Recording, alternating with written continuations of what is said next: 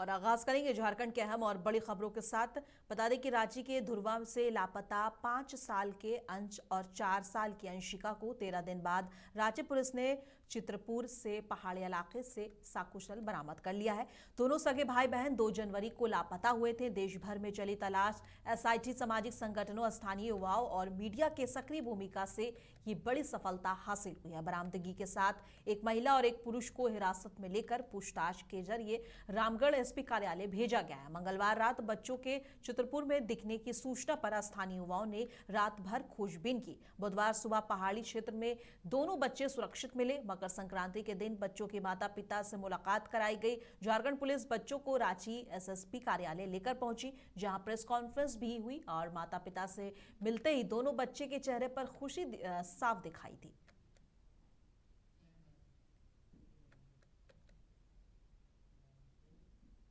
और कांग्रेस नेता राकेश सिन्हा ने दिग्विजय सिंह के राज्यसभा में तीसरी बार न जाने के फैसले पर प्रतिक्रिया दी है। उन्होंने कहा कि दिग्विजय सिंह की एक मजबूत और सम्मानित छवि है, जिसे कांग्रेस कार्यकर्ता काफी मानते हैं। अगर दिग्विजय सिंह संगठनात्मक काम में पूरी तरह सक्रिय होते हैं तो इससे पार्टी को जरूरी मजबूती मिलेगी। राकेश सिन्हा के मुताबिक यही सोच और भावना है जिसके चलते दिग्विजय सिंह ने राज्यसभा में दोबारा न जाने का फैसला किया।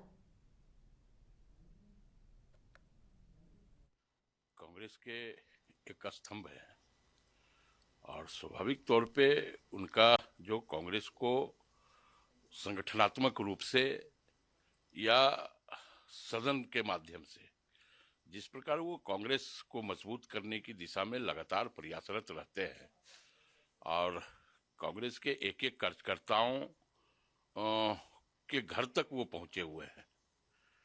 हम सिर्फ मध्य प्रदेश की बात नहीं कर रहे हैं, बल्कि पूरे देश में दिग्विजय सिंह की अपनी एक छवि है और कांग्रेस के कार्यकर्ता उनको मानते भी हैं। और स्वाभाविक तौर पे अगर वो संगठन में लगेंगे तो कहीं ना कहीं संगठन और अधिक गतिशील होगा और अधिक मजबूत होगा। तो वो उनकी भावना है कि राज्यसभा हम नहीं जाएंगे, लेकिन हमें लगता है कि पार्टी स्वाभाविक तौर पे उन जैसे नेताओं को राज्यसभा सदन में देखना चाहती है। और झारखंड के लिए गर्व की खबर है। 13वीं नेशनल लेवल गुलेल प्रतियोगिता के लिए राज्य के 8 होनहार खिलाड़ियों का सिलेक्शन हुआ है। इस शानदार कामयाबी पर जामताड़ा में एक सम्मान समारोह आयोजित किया गया। समाज कल्याण समिति परिसर में खिलाड़ियों को अंग वस्त्र और मोमेंटो देकर सम्मानित किया गया। मुख्य अतिथि वीरेंद्र मंडल ने कहा कि गुलेल खेल झारखंड में फास्ट ग्रो कर रहा है। संघ के महासचिव डॉक्टर भास्कर चंद के मुताबिक चयन बिरसा मुंडा कप के प्रदर्शन के आधार पर हुआ है। सभी ने खिलाड़ियों के अच्छे और भविष्य के लिए दुआ की है। राष्ट्रीय स्तर पर भी खेलें और बेहतर प्रदर्शन करें और आने वाले समय में आप राष्ट्र स्तर पर जाकर के अपना राज्य और देश का मान और गौरव बढ़ाएं। रानीश्वर प्रखंड के बिलकांदी पंचायत स्थित गरम जलकुंड तांतलोई में मकर संक्रांति के अवसर पर परंपरागत मेले का आयोजन किया गया। हजारों श्रद्धालुओं ने गरम जलकुंड में पुण्य स्नान के बाद तंतेश्वर नाथ शिव मंदिर में पूजा अर्चना की। पश्चिम बंगाल से भी बड़ी संख्या में श्रद्धालु पहुंचे। भीड़ नियंत्रण के लिए टोंगरा पुलिस और स्थानीय युवाओं की टीम तैनात रही। इसी दौरान मुख्य पथ पर जबरन चंदा वसूली करते लोगों को बीडीओ ने पकड़ा और उस पर कार्रवाई की और बांस बल्ला हटवाया और पुलिस को सतर्क किया। लोहरदगा जिले में पुलिसिया अबिरशा में आस्था का पर्व मकर संक्रांति पूरे हर्षोल्लास पूर्वक मनाया गया। मकर संक्रांति के उपलक्ष्य पर जिले के प्रसिद्ध नंदिनी जलाशय और बक्सो कोयल नदी तट और खरता हनहट मनोकामना सिद्धि बाबा भोलेनाथ मंदिर परिसर में विशेष पूजा अर्चना किया गया। साथ ही मेला का आयोजन किया गया, जहां पर बड़ी संख्या में श्रद्धालु पहुंचे और मेला का आनंद उठाया। इस बीच नंदिनी जलाशय के समीप लगी मेला आकर्षण का केंद्र बिंदु रहा। जिले के नंदिनी जलाशय एक बार फिर श्रद्धा और उल्लास का केंद्र बना रहा। जिले में हाड़ कंपा देने वाली कड़ाके की ठंड के बावजूद सुबह से ही लोग पवित्र स्नान के बाद पूजा अर्चना करने और मेले का आनंद लेने पहुंचने लगे। मेले में बढ़ती भीड़ और सुरक्षा को ध्यान में रखते हुए स्थानीय पुलिस प्रशासन पूरी तरह अलर्ट नजर आई। सबसे पहले तो मकर संक्रांति के शुभ अवसर पर आपके चैनल के दर्शकों को ढेर सारी बधाई और शुभकामनाएं। हिंदू के लिए यह जो महीना होता है बड़ा कठिन परिस्थिति से गुजरता है, क्योंकि कोई भी नया काम इस महीने में नहीं हो पाता। लेकिन आज के बाद से एक नया वर्ष का शुभारंभ होगा। नई फसल की खुशी और खुशहाली का पैगाम लेकर आने वाला पंजाबी समुदाय का प्रमुख त्योहार लोहरी धनबाद के मंगलवार की रात पूरे जोश और जश्न के साथ मनाया गया। शक्ति मंदिर परिसर में भव्य कार्यक्रम का आयोजन हुआ, जहां पंजाबी समाज के साथ साथ नॉन पंजाबी लोग भी सेलिब्रेशन में शामिल हुए और मंदिर परिसर को दुल्हन की तरह सजाया गया। विधि विधान से लोहड़ी जलाई गई और लोगों ने अग्नि की परिक्रमा कर गुड़, रेवड़ी और तिल अर्पित किए और सुख समृद्धि की दुआ मांगी। ढोल की थाप पर भांगड़ा ने माहौल को पूरी तरह से त्योहारिक बना दिया। चिरकुंडा थाना क्षेत्र के अंतर्गत कुमारधुबी कुलियारी में लगातार हो रही चोरी की घटनाओं को लेकर बुधवार को थाना परिसर में विवाद की स्थिति उत्पन्न हो गई।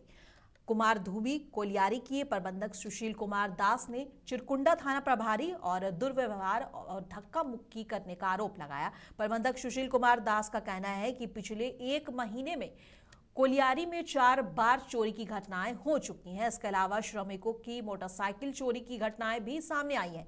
बीती रात कोलियारी में चोरों ने घुसने के बाद उन्होंने फोन पर चिरकुंडा थाना प्रभारी को सूचना दी और मामले को लेकर बुधवार सुबह कोलियारी प्रबंधक सुशील कुमार दास और यूनियन नेता रामजी यादव और कई श्रमिक चिरकुंडा थाना पहुंचे। इस दौरान थाना प्रभारी ने थाना परिसर में अधिक संख्या में लोगों के पहुंचने पर आपत्ति जताई और नाजायज भीड़ लगाने की बात कही। आरोप है कि इसी बात को लेकर कहासुनी हुई, जो आगे चलकर धक्का मुक्की में बदल गई। वहीं पूरे मामले पर निरसा एसडीपीओ रजत मानिक बाखला ने बताया है कि थाना परिसर में हंगामे की सूचना करीब 1 घंटे पहले मिली थी। जांच में सामने आया कि इष्ट कुमारधुबी स्थित ईसीएल कोलियारी में केवल चोरी की घटना हुई है, जिसमें बड़ी संख्या में केवल चोरी किए गए हैं। उन्होंने बताया कि इस चोरी की सूचना समय पर थाने को नहीं दी गई। एसडीपीओ ने बताया कि बाद में कंपनी के कर्मचारी थाना पहुंचे और दिन दहाड़े चोरी की घटनाओं से दहशत में होने के बाद बात कहते हुए कार्रवाई की मांग की। पुलिस ने उन्हें लिखित आवेदन देने को कहा है, जिसके आधार पर आगे की कानूनी कार्रवाई की जाएगी। पुलिस पूरे प्रकरण की जांच में जुटी हुई है। कुछ दिनों से कुमारधुबी कुलियारी में चोरी इतना बढ़ गया है कि काम करने वाले कामगार लोग परेशान हैं।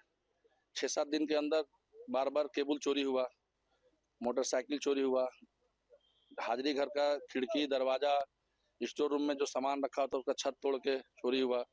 उसके समस्या हम लोग सूझ रहे थे। हाँ, उसी जो आए दिन रात हो दिन हो, जो चोर जाके अटैक करता है, जबरदस्ती चोरी करने का प्रयास करता है, केबल काट के ले आता है रात में। वहाँ जो हम लोग जो सिक्योरिटी गार्ड डिप्लॉयड करते हैं उसको बंधक बना लेते हैं, हथियार दिखा के बोले चुप रहने के लिए मोबाइल छीन लेते हैं और केबल काट के वो लोग निकल जाते हैं। जब थाना में हम लोग इंफॉर्मेशन करते हैं, एक दिन की बात है, थाना में इंफॉर्मेशन दे रहे थे, तो जैसे ही इंफॉर्मेशन दिए कि सर चोर आ गया है, केबल काट रहा है, तो यहाँ का बड़े बाबू बोलते हैं कि खाली नौटंकी कर रहे हैं आप लोग। तो कल 3-4 दिन से कंटिन्यू चोर जो है धावा मार रहा है, कभी खिड़की तोड़ रहा है। इतना था कि एसीएम लोग नीचे गए थे, उसका भी ताला तोड़ दिए हैं। स्टोर का भी से आए दिन में छप्पर फाड़ के कुछ सामान निकाल लिए हैं। कुछ 1 घंटे पहले लगभग की सूचना मिली थी कि कुछ लोग थाने परिसर में अंदर आके किसी बैनर के तहत में वो सब भीड़, अच्छी संख्या में भीड़ जमा करके वो हंगामा कर रहे हैं।